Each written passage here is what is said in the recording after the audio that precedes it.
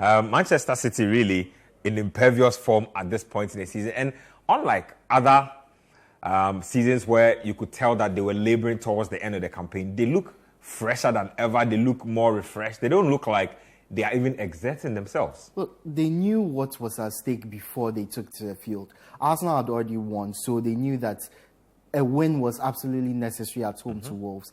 And you could tell that once the game started, everyone's head was in the game. The pressing was on point. The chasing around, the running, the passing, everything was on point. So the win was absolutely necessary. It cut the Arsenal's lead. But another thing that was important was Haaland getting on the score sheet. You could tell the desire. He had heard the conversation that had been said around. Roy Keane especially. Exactly. That he wasn't... He's a championship level striker. Besides his goal scoring, he was League 2 quality at best. He doesn't... His link-up play isn't good. If he's not scoring goals, he's not useful to this Manchester City team. You could tell that the running... anytime he dropped back, even into his own half, to pick up the ball, to link up play, everything was on point. And Man City really need Haaland at his best in the run, because Arsenal are scoring goals for fun.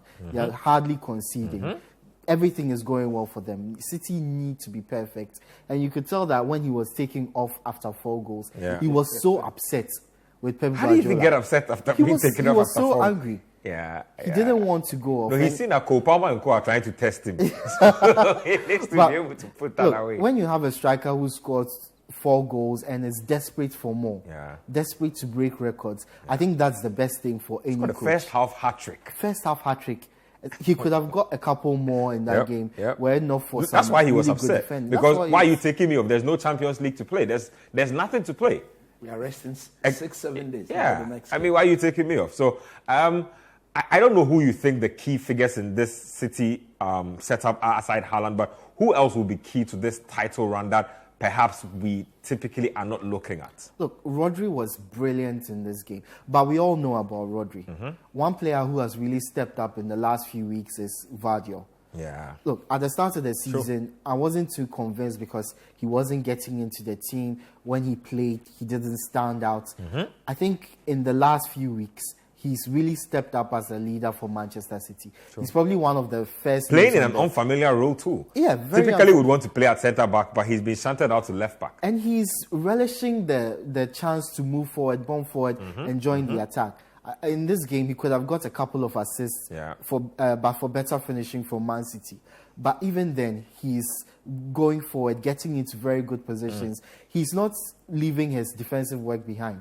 He has the legs to go forward, come back, defend, pick up the ball, move forward, feed his teammates, or get a shot in. And we know how good he is in scoring goals as well. So apart from the usual suspects, KDB, Haaland, Rodri, Phil Foden, I think Vardiol has been a real standout in the last few games in the stretch for Manchester City, and he's going to be very crucial in the end. Coach, let me ask you the same question about who has been somebody that, from a tactical point of view, doesn't get enough recognition, but has been a standout performer for them in this run they've been on. It becomes a bit difficult when it comes to Man City that you can pick out somebody. So for me, I look at the player whose absence will get the entire building to crumble, and that is Rodri.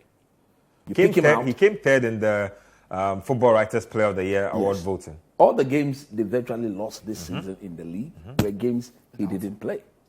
So to me, he's that important to the framework of the tactics. He's very, very important. And again, if you see what he did yesterday, absolutely brilliant. He was the one assisting Haaland for that second goal. That is your DMO in the final third of the opponent, putting in a cross for the striker. Can tackle when you need him to, can assist when you need him to, can score when you need him to. Look, so he's that important to the setup. But look, let me just say something very simple. Apart from him, every player in this team who has won the league before clearly have a clear idea of what is happening between Man City and Arsenal. So it makes Pep Guardiola's job very easy. If you listen to him yesterday, he said, okay, we are left with just 2 weeks. We'll win those 3 matches and we'll take the league. Now he's saying it because he knows that All he needs to do is to bring back when they were competing with Liverpool. So look, we were once in a similar situation. Just repeat what we did.